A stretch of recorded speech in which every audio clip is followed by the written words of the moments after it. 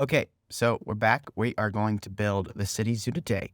I really liked these assets for the above ground metro stations, so that's why they're here.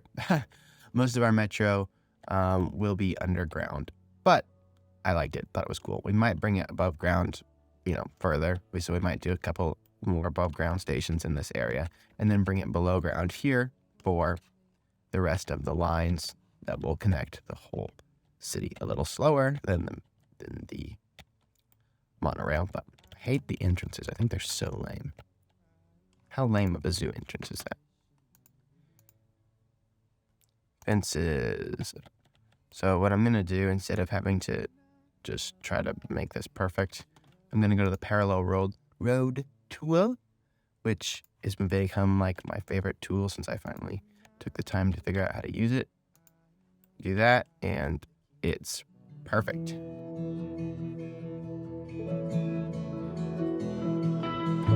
Jesus, you are enough.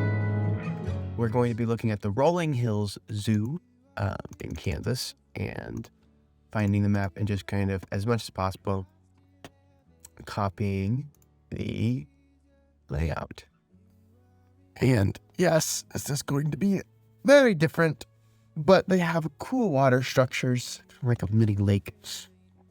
And it is kind of squarish. We're going to have two sections to the map. That's going to be a large difference. The fact that we have two sides here. So not exactly confident what we're going to do there, but we're just going to take inspiration from this. And the frustrating thing is, we can't do anything with pin sizes. What you get is what you get with the zoo. There's just, the animal things. But as far as like the restrooms and food, and we'll try to keep it consistent with how it is. So now it was just time to start laying out the roads or the pathways and in similar fashion, not exactly, obviously, but kind of a similar vibe to what the Rolling Hills Zoo did. And so that's what I'm doing here, just laying out the roads, preparing to build bridges, just getting started, and yeah.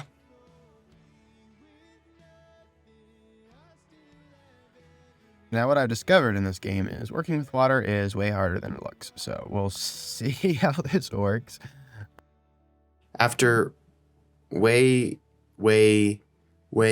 too much messing around with this, where I could just not figure out how to make it do what I want. And I spent way too long on this.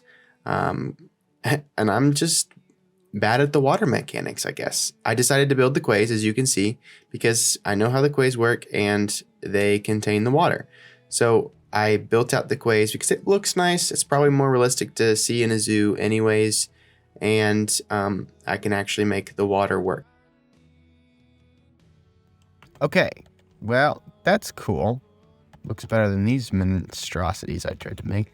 Guess I could do quays on these as well. Or at least attempt to. I guess I could even do a quay on this. And we're back to quay building. So that's what I'm doing here. Then I wanted to make sure the roads looked nice around the quays, and so I used the parallel road tool and got my perfect roads, and then I built it out a little bit more and built the bridges, of course, as well. Just wanted to finalize everything here and start putting it all together so we could get ready for the animals. Okay, so we're going to put just the park side entrance so that we have a couple places to get in, just so we can get in on both sides. Okay, so at this point, it was basically just time for me to start placing exhibits. So I started with the water exhibit because I wasn't sure it was going to work with the quay, but it turns out it does, which is pretty neat. Then as you can see on the right, I wanted to try to emulate kind of the vibes of having different areas of the world to go to. And I know that's not really possible with the Cities Skylines Zoo, But I wanted to do it as much as possible. So I was kind of finding an animal that was the same or at least similar to what the Rolling Hills Zoo had, and I was putting it in that section of the zoo. I also wanted to be careful with where the placement of certain animals was going to be in relation to the metro line, since that was going to create a lot of volume. I wanted there to be either plenty of trees to buffet that, or have it be like the inside of the reptile's house. And so that's why you can see that I did it that way. Then I wanted there to be like a restaurant on the water, and it was kind of impossible to make it look perfect, but I think I got it pretty close. And so, as Phil from City Planner Play says, I'm not going to let perfect be the enemy of good with this. I'm just going to build it out to look okay. Here we go. I just needed to start making sure everything had pathways connected and that it looked somewhat decent with Move It. Fiddle around a lot with it. I kind of get obsessed sometimes with slopes, even though in real life, when you start looking at things, nothing is as perfectly sloped as I have it in game. And so here I just needed to start putting down the trees to kind of create that vibe of being in different areas of the world. It's not the best, and I didn't obviously take a ton of time to decorate it very carefully, but this overall, it gives you a vibe of being in a different place. And that's kind of what I was going for.